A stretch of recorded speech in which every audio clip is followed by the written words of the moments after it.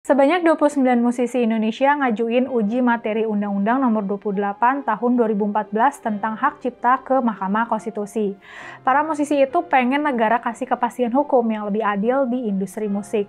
Mereka mau semua yang terlibat dalam dunia musik, mulai dari pencipta lagu, penyanyi, sampai produser, dapat hak yang lebih jelas dan setara. Nah, dalam uji materi ini, mereka ngajuin 4 poin penting. Pertama, apakah penyanyi harus mendapatkan izin langsung dari pencipta lagu untuk performing rights? Kedua, siapa yang secara hukum berkewajiban membayar royalti performing rights? Ketiga, apakah individu atau badan hukum dapat memungut dan menetapkan tarif royalti performing rights di luar mekanisme lembaga, manajemen kolektif nasional, dan tarif yang ditentukan oleh peraturan menteri? Dan yang terakhir, apakah wan prestasi pembayaran royalti performing rights termasuk kategori pidana atau perdata? Sebenarnya Undang-Undang Hak Cipta udah ngatur hak ekonomi, pencipta lagu, dan musisi, termasuk royalti. Tapi masih ada sejumlah isu nih yang jadi perdebatan karena multitafsir terkait hal ini. Misalnya, soal kewajiban membayar royalti performing rights kalau sebuah lagu dinyanyikan dalam sebuah pertunjukan.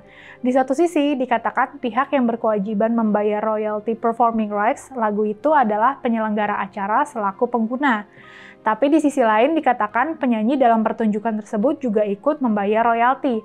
Ini yang bikin beberapa musisi ngerasa keberatan. Lalu juga soal siapa yang berhak memungut dan menentukan tarif royalti performing rights tersebut. Kalau merujuk peraturan menteri yang menjadi aturan turunan Undang-Undang Hak Cipta, dikatakan yang berhak memungut dan menentukan tarif royalti adalah LKMN. Masalahnya, dalam banyak kasus, individu atau badan hukum di luar LKMN merasa berhak. Begitu juga soal izin menggunakan lagu atau karya musik kepada pencipta.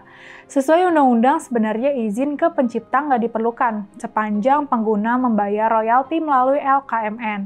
Masalahnya, nggak sedikit pencipta menganggap pengguna karyanya harus izin terlebih dulu kepadanya, selain membayar royalti. FYI, performing rights itu hak yang dimiliki oleh pencipta lagu atau pemegang hak cipta atas sebuah lagu ketika lagu tersebut dipertunjukkan atau diputar di depan publik. Ini termasuk ketika lagu 1.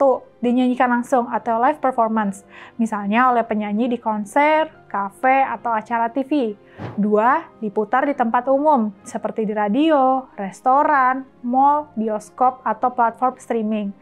3. Digunakan dalam pertunjukan atau siaran, misalnya di acara televisi atau video online. By the way, uji materi sejumlah pasal dalam Undang-Undang Hak Cipta itu melibatkan nama-nama besar, diantaranya Ariel Noah, Armand Maulana, Bunga Citra Lestari, Raisa, yang tergabung dalam Vibrasi Suara Indonesia atau VISI.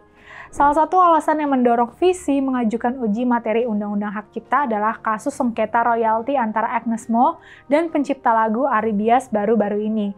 Agnes Mo digugat Ari Bias gara-gara nyanyiin lagu Bilang Saja tanpa izin saat tampil di 3 klub di daerah Surabaya, Bandung, dan Jakarta. Agnes digugat harus bayar denda 1,5 miliar. Setelah kasus itu, Ahmad Dhani juga tuding Agnes sudah nyanyiin lagunya tanpa izin selama 10 tahun.